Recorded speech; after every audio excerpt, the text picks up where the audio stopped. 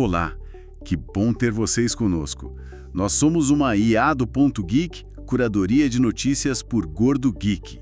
Hoje é 31 de maio de 2025. Vamos analisar a fundo hoje a história de uma lenda da fotografia, a Hasselblad. Uma marca que não só foi à lua, mas redefiniu a imagem de alta qualidade por décadas, né? Nossa, uma trajetória em tanto. Começa lá atrás na Suécia, com comércio, mergulha na fotografia, atravessa uma guerra mundial, chega ao espaço e ainda encara, assim, a revolução digital. É muita coisa. Vamos entender os marcos, a tecnologia e o que faz essas câmeras serem tão desejadas e bem caras. Nossa missão aqui é desvendar essa jornada toda, desde os primórdios até essa parceria mais recente com a DJI. Olha, a origem é lá de 1841, uma empresa comercial, FW Hasselblad & Co. Mas a fotografia mesmo só entra na jogada com o neto do fundador, o Arvid. Isso, e tem uma história ótima. Dizem que numa lua de mel, ele conheceu o George Eastman, da Kodak. Sério? O próprio? Sim, e num aperto de mão, ali na hora, fecharam uma parceria para Hasselblad distribuir produtos Kodak na Suécia. Durou 80 anos esse acordo. Que história. Mas a virada para a câmera mesmo vem depois, né? Vem com o bisneto, o Victor Hasselblad. Esse sim era o cara da fotografia. Um entusiasta de pássaros, sabe? E fascinado pela mecânica das câmeras. A paixão por pássaros influenciou? Acredita-se que sim. A paciência, a observação detalhada, a busca pela precisão para capturar aves, isso pode ter moldado a visão dele para câmeras. Ele rodou o mundo aprendendo. Trabalhou em fábricas, laboratórios na Alemanha, França, EUA. Queria entender tudo do negócio. Exato.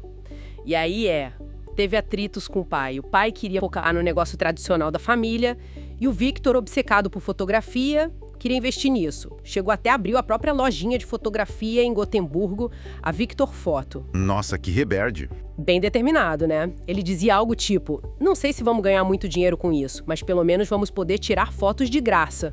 Mostra bem a paixão dele pela coisa. E, então, essa paixão encontra um catalisador inesperado. A Segunda Guerra Mundial. Exatamente. A Suécia era neutra, mas precisava se defender. Eles recuperaram uma câmera de reconhecimento aéreo alemã que caiu em território sueco. E aí, procuraram Victor. Sim.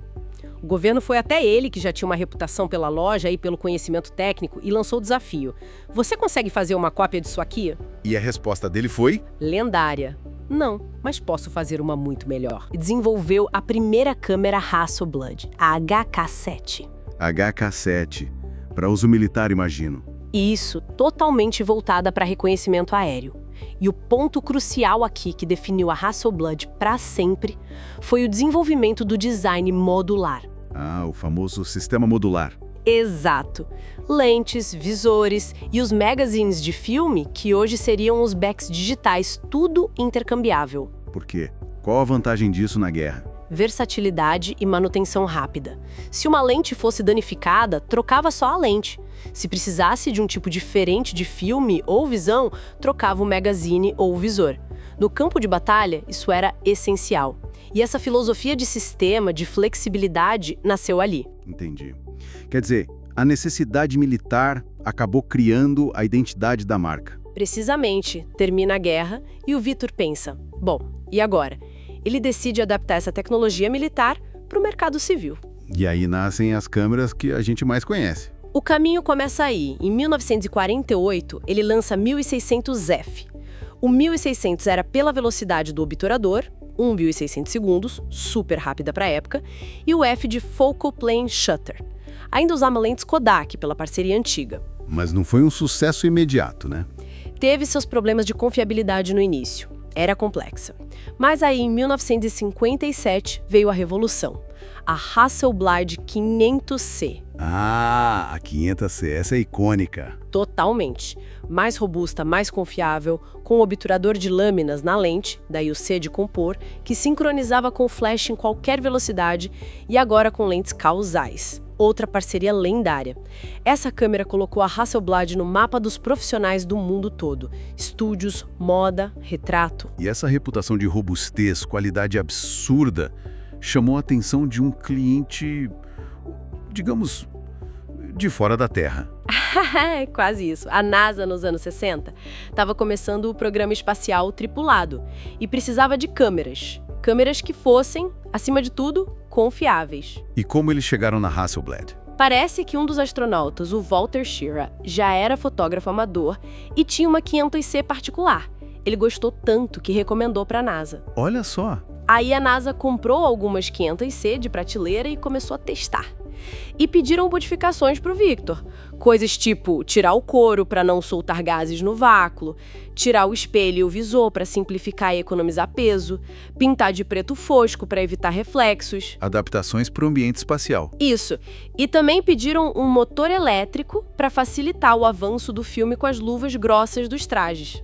Daí nasceu, em 1965, a Hasselblad 500EL Electric. E essa foi para a Lua. Foi a base.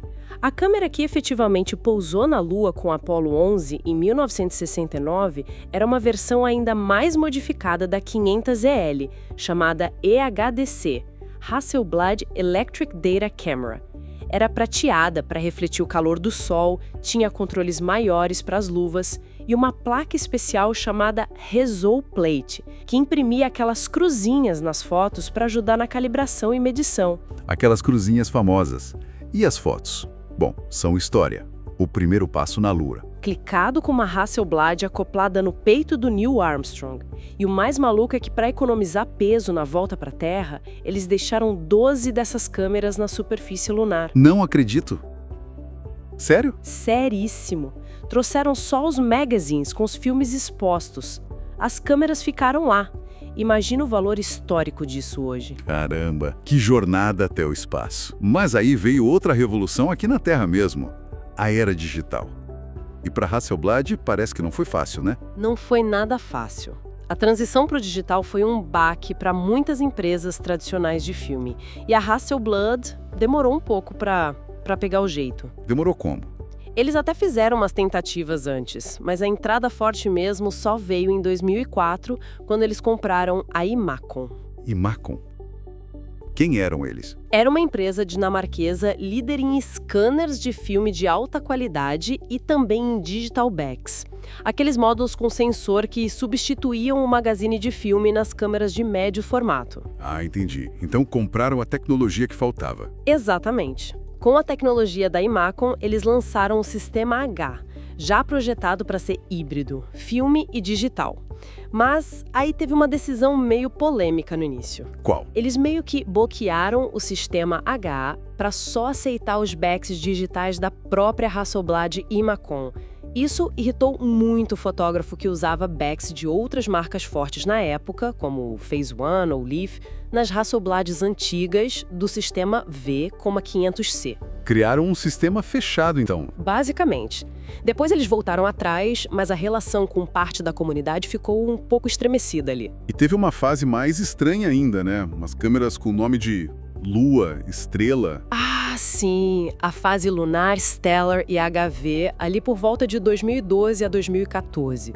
Foi um período, digamos, peculiar. Uma nova gestão tentou uma estratégia diferente. Que estratégia era essa? Parecia meio bizarra. Olha, na prática, eles pegavam câmeras da Sony, que eram excelentes, tipo as Nex e Alpha, e colocavam um corpo novo, com materiais de luxo, tipo madeira nobre, fibra de carbono, titânio, e vendiam por um preço, assim, multiplicado várias vezes. Tipo, rebatizar uma câmera e cobrar uma fortuna só pelo design. Exato. A ideia talvez fosse atrair um público de luxo que não era o fotógrafo profissional tradicional.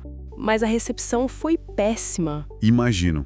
A comunidade deve ter caído em cima. Muito. Parecia que a marca estava se vendendo, sabe? Perdendo foco na qualidade ótica e na engenharia sueca para virar só grife. A reputação foi arranhada. Precisavam de dinheiro, é verdade, mas essa abordagem deu ruim. O CEO da época acabou até sendo processado depois que saiu. Que fase conturbada. Mas aí entrou um jogador novo para salvar a pátria. Ou melhor, a empresa. Exatamente.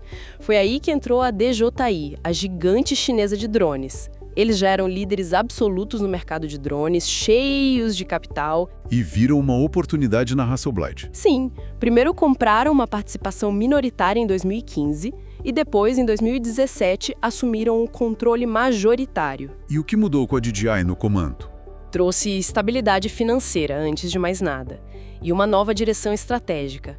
Curiosamente, uma das primeiras sinergias foi reconectar a Hasselblad com a fotografia aérea, mas agora em drones. Ah, faz sentido. O Mavic 2 Pro, por exemplo. Isso, o Mavic 2 Pro usava um sensor e principalmente a tecnologia de processamento de cor da Hasselblad, a HNCS. Foi um marketing muito forte para a DJI e recolocou o nome Hasselblad em evidência no mercado novo. Mas não ficou só nos drones, né? Não, de forma alguma. A injeção de capital e talvez a expertise em miniaturização da DJI permitiram a Hasselblad fazer algo que muita gente esperava: lançar a X1D em 2016. A X1D, essa foi um marco também. Um marco enorme. Foi a primeira câmera mirrorless de médio formato compacta do mundo. Pegou todo o poder do sensor de médio formato e colocou num corpo muito menor, mais leve, mais moderno. Foi um sucesso. E hoje temos a evolução dela, a XD2 100C. Parece que reencontraram o caminho da inovação, né? Totalmente. Voltaram a focar no que sabem fazer de melhor.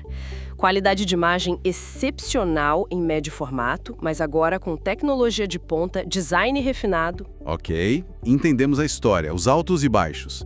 Mas a pergunta que não quer calar: por que essas câmeras ainda são mas tão caras? O que justifica? Bom, são vários fatores combinados, né? O primeiro, e talvez principal, é o sensor de médio formato. Ele é fisicamente muito maior que um sensor full frame de 35mm, que já é considerado grande. E maior significa melhor nesse caso? Em termos de qualidade de imagem, sim. Um sensor maior captura mais luz, tem pixels maiores, o que resulta em mais detalhes, melhor performance em baixa luz, maior alcance dinâmico, a capacidade de registrar detalhes nas sombras e nos brilhos ao mesmo tempo, e transições de cores mais suaves e ricas. Entendi. Mais informação visual. Exatamente. E tem a ciência de cores da Hasselblad, a tal HNCS, Hasselblad Natural Color Solution. Eles se orgulham muito disso. O que ela faz de especial? A promessa é entregar cores extremamente fiéis à realidade, especialmente tons de pele, sem aquela saturação exagerada que a gente vê às vezes. Cada câmera, dizem eles, é calibrada individualmente na fábrica na Suécia para garantir essa consistência e precisão de cor. É um processo meticuloso. Calibração individual. Nossa, isso me leva ao próximo ponto, a produção. Sim, a produção é outro fator-chave no preço. É feita quase artesanalmente em Gotemburgo, na Suécia. Não é uma linha de montagem em massa, como a de outras marcas. Como assim artesanal? Cada câmera leva horas para ser montada à mão por técnicos especializados. Eles testam e calibram cada componente, cada unidade final. É um processo lento, cuidadoso, que garante um nível de controle de qualidade altíssimo. Isso significa baixo volume de produção, imagino? Muito baixo. Estima-se que produzam algo em torno de 10 mil câmeras por ano, talvez menos. Compare isso com os milhões de câmeras de outras marcas. É um produto de nicho. Então, é a combinação. Sensor enorme e caro, ciência de cor proprietária e calibrada individualmente e produção manual de baixo volume na Suécia. Basicamente isso. É um pacote que visa atender um público muito específico. Fotógrafos profissionais de estúdio, moda, publicidade, paisagem, arte. Gente que precisa do máximo de qualidade de imagem e está disposta a pagar por isso e pelo prestígio da marca. O custo acaba se justificando dentro do orçamento desses trabalhos. Faz sentido. É um instrumento de precisão, quase. Que saga, hein? Da paixão do Vitor pela mecânica e pelos pássaros até a Lua, passando por crises na era digital e se reinventando com tecnologia de ponta e ajuda externa. A Hasselblad continua sendo um nome muito forte. Sem dúvida. O legado é inegável, né? Desde aquelas fotos históricas do espaço que marcaram gerações, até a tecnologia de cor que hoje está em drones e nas câmeras mirrorless super avançadas. Essa coisa da construção manual, da calibração individual, num mundo de produção em massa, isso ainda tem um valor enorme para quem busca o diferencial. E fica uma reflexão interessante para a gente pensar, né? No mundo onde a inteligência artificial está melhorando fotos de celular a cada segundo, quase que por mágica, como uma marca tão tradicional como a Hasselblad, tão focada no hardware de ponta, na qualidade óptica meticulosa, no trabalho manual, como ela pode continuar sendo única e relevante? É uma excelente questão. Como esse legado de hardware e precisão vai dialogar com o futuro cada vez mais dominado pelo software e pela IA na fotografia. É algo para a gente acompanhar de perto nos próximos anos, sem dúvida. Com certeza.